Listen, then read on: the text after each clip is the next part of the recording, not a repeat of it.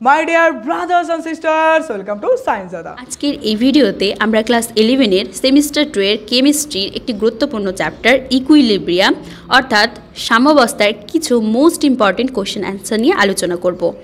চলো স্টার্ট করা যাক। ফার্স্ট কোশ্চেন, সোডিয়াম অ্যাসিটেটের জলীয় দ্রবণের আম্লিক বা ক্ষারীয় প্রকৃতি কেমন হবে? বাফার দ্রবণ কি? দেখো, সোডিয়াম অ্যাসিটেটের জলীয় দ্রবণ ক্ষারীয় প্রকৃতির হয়, মানে এর যে জলীয় দ্রবণটা কী হয়, ক্ষারীয় প্রকৃতির। এরপরে বাফার দ্রবণ কি বলেছে দেখো, যে দ্রবণে অল্প পরিমাণ অ্যাসিড বা ক্ষার যোগ করলেও দ্রবণের যে পিএইচ সেটা আনচেঞ্জ মানে অপরিবর্তিত থাকে, কোনো চেঞ্জ হয় না, তাকে আমরা বলবো বাফার দ্রবণ। নেক্সট, লা সাতেলিয়ারের নীতিটি লেখো। অনেক ইম্পর্টেন্ট কোশ্চেন, ভালো করে দেখবে। লা সাতেলিয়ারের নীতি অনুসারে আমরা বলতে পারি কোনো বিক্রিয়ার সাম্যাবস্থায় যদি কোনো নিয়ামক, যেমন কী কী হতে পারে, উষ্ণতা হতে পারে, চাপ হতে পারে, গাঢ়ত্ব হতে পারে, এর পরিবর্তন করা যায়, তবে সাম্যাবস্থা এমনভাবে পরিবর্তিত হয় যাতে নিয়ামকের পরিবর্তনের ফলাফল কী হয়, প্রশমিত হয়ে যায়। এরপর নেক্সট, রাসায়নিক সাম্যকে গতিশীল সাম্য বলা হয় কেন? রাসায়নিক সাম্যাবস্থায় সম্মুখ ও পশ্চাৎমুখী বিক্রিয়া কী হয়, একই হারে ঘটে, মানে সেম রেঞ্জে হয়, সেজন্য আমরা একে গতিশীল সাম্য বলতে পারি।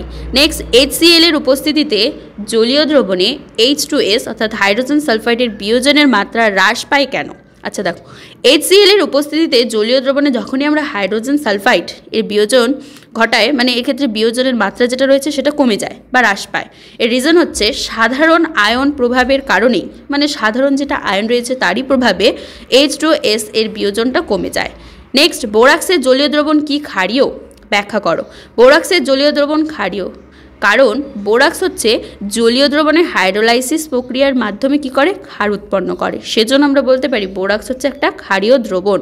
নেক্সট, খাদ্য লবণ প্রস্তুতির সময় সমুদ্রের জলকে বাষ্পীভূত করে উপযুক্ত গাঢ়ত্বে তার মধ্যে HCl চালনা করা হয়, ঘটনাটা ব্যাখ্যা করতে হবে।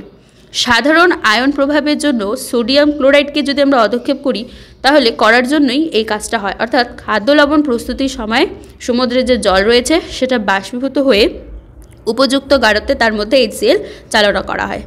এরপর নেক্সট, 0.2 মোল লিটার ইনভার্স মাত্রায় ClCH2COOH এর জলীয় দ্রবণের pH 1.7 হলে অ্যাসিডটির বিয়োজনের মাত্রা নির্ণয় করো। তো প্রথমতই ধরে নাও যে ClCH2COOH এর বিয়োজন নিম্নরূপ হবে, অর্থাৎ এটা যদি ভাঙে তাহলে H+ আর ClCH2CO নেগেটিভ, এই দুটো আয়নে ভাঙবে। এবার কোশ্চেনটা দেখো দেওয়া আছে ClCH2COH এর ঘনমাত্রা কত, 0.2 মোল, এই যে 0.2 মোল দেওয়া আছে। এরপর pH কত, 1.7। এবার আমরা ফর্মুলা কি জানি, pH সমান -log H+ হয়, তাহলে H+ সমান কী হবে, 10⁻17 সমান 0.02 মোল লিটার ইনভার্স। তাহলে এক্ষেত্রে ClCH2COOH এর বিয়োজন মাত্রা ধরে নাও আলফা, তাহলে সাম্যাবস্থায় H+ কি দাঁড়ালো 0.2A, তাহলে ClCH2CO নেগেটিভ কত, 0.2A, আর ClCH2COOH হচ্ছে 0.21 আলফা। তাহলে দেখো এটা 0.03 = 0.2A আসলো, তাহলে এর মান কত দাঁড়ালো, 0.1, অর্থাৎ ClCH2COOH এর বিয়োজন মাত্রা কত, 10%। এরপর নেক্সট, N2 ব্র্যাকেটে গ্যাস প্লাস 3H2 ব্র্যাকেটে গ্যাস উভমুখী চিহ্ন 2NH3 ব্র্যাকেটে গ্যাস প্লাস তাপ সাম্য লা সাতেলিয়ারের নীতি প্রয়োগ করে অ্যামোনিয়া এর সাম্য উৎপাদনের ওপর চাপ, উষ্ণতা এবং অপরিবর্তিত আয়তনে নিষ্ক্রিয় গ্যাস যোগ করার প্রভাব ব্যাখ্যা করো। চাপ যদি বাড়ে তাহলে NH এর উৎপাদন কী হবে, বেড়ে যাবে। এবার উষ্ণতা যদি কমানো হয় তাহলে NH3 এর উৎপাদনটা কী হবে, বেড়ে যাবে। অপরিবর্তিত আয়তনে নিষ্ক্রিয় গ্যাস যোগ করলে, অপরিবর্তিত আয়তনে যদি আমরা নিষ্ক্রিয় গ্যাস যোগ করি তাহলে সাম্যাবস্থার ওপর কোনো প্রভাব পড়বে না। নেক্সট, অসওয়াল্ডের লঘুকরণ সূত্রটি বিবৃত করো এবং এর গাণিতিক রূপ প্রতিষ্ঠা করো। দুর্বল তড়িৎ বিশ্লেষের লঘুকরণের মাত্রা বৃদ্ধির সাথে সাথে এর যে বিয়োজন মাত্রা সেটা কী হয়, বৃদ্ধি পায়। গাণিতিক রূপ যদি বলি আমরা তাহলে ডেল্টা H সমান কী হবে, H+ AH যদি থাকে তাহলে এটা উভমুখী চিহ্ন H+ আর হচ্ছে A- আয়ন ভেঙে যাবে। একটি দুর্বল তড়িৎ বিশ্লেষ্য H জলীয় দ্রবণে কী হবে, H+ আর A- রূপে বিয়োজিত হবে। HA এর ঘনমাত্রা যদি C হয় তাহলে বিয়োজন মাত্রা কী হবে, আলফা। তাহলে এক্ষেত্রে H এর সমান কী হবে, C × 1 আলফা, তাহলে H+ হচ্ছে C আলফা আর A- হচ্ছে কি C আলফা।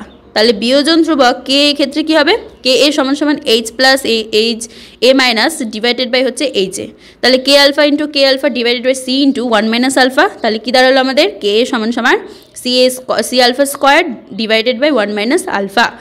এবার যেহেতু আলফা এর মান খুব ছোট, মানে অনেক ছোট, সেজন্য আমরা বলতে পারি 1 মাইনাস আলফা অ্যাপ্রক্সিমেট কত 1।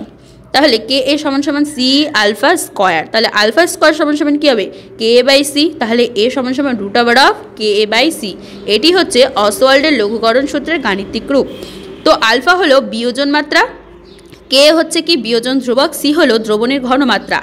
দ্রবণের ঘনমাত্রা যদি কমানো হয় অর্থাৎ লঘুকরণ বাড়লে বিয়োজন মাত্রা আলফা বৃদ্ধি পাবে।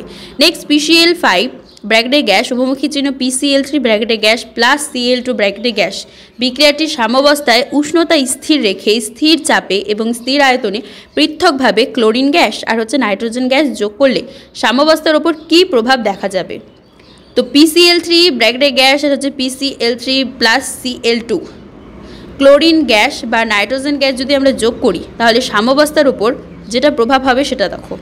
এই বিক্রিয়ায় 1 মোল PCl3 গ্যাস বিয়োজিত হয়ে কী করে 1 মোল PCl3 গ্যাস আর হচ্ছে ক্লোরিন গ্যাস উৎপন্ন করে, এই যে আমরা বিক্রিয়াতে তাই দেখছি। এবার যখনই আমরা স্থির চাপে ক্লোরিন গ্যাসকে যোগ করব তখন সিস্টেমের মোট আয়তন কী হবে বৃদ্ধি পাবে। আর লাসাতেলের নীতি অনুসারে আমরা বলতে পারি সাম্যাবস্থা এমন দিকে সরে যাবে যাতে মোট গ্যাসের মোল সংখ্যাও বৃদ্ধি পাবে।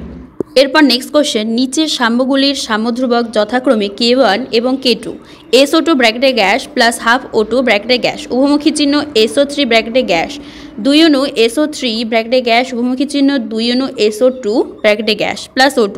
এক্ষেত্রে আমাদের K1 আর K2 এর মধ্যে সম্পর্ক নির্ণয় করতে হবে। K2 সমান সমান কী হবে 1/K1 এর স্কোয়ার। প্রথম বিক্রিয়া SO2 ব্র্যাকেটে গ্যাস প্লাস হাফ O2 ব্র্যাকেটে গ্যাস উভমুখী চিহ্ন SO3, এই বিক্রিয়ার সাম্যধ্রুবক হচ্ছে K1। আর দ্বিতীয় বিক্রিয়ায় SO3 ব্র্যাকেটে গ্যাস উভমুখী চিহ্ন 2 অণু SO2 ব্র্যাকেটে গ্যাস প্লাস O2 ব্র্যাকেটে গ্যাস, এই বিক্রিয়ার সাম্যধ্রুবক হবে K2। তো দ্বিতীয় বিক্রিয়াটি প্রথম বিক্রিয়ার বিপরীত বিক্রিয়ার দ্বিগুণ। তো সুতরাং K2 সমান সমান কী হবে 1/K1 এর হোল স্কোয়ার, অর্থাৎ K2 সমান সমান 1/K1 স্কোয়ার। সাম্যাবস্থার মোস্ট ইম্পর্টেন্ট কোয়েশ্চেন অ্যান্সার দেখা এখানেই কমপ্লিট হলো। চ্যানেলে নতুন হলে অবশ্যই সাবস্ক্রাইব করে দিও। খুব ভালো থেকো, মন দিয়ে পড়াশোনা করো।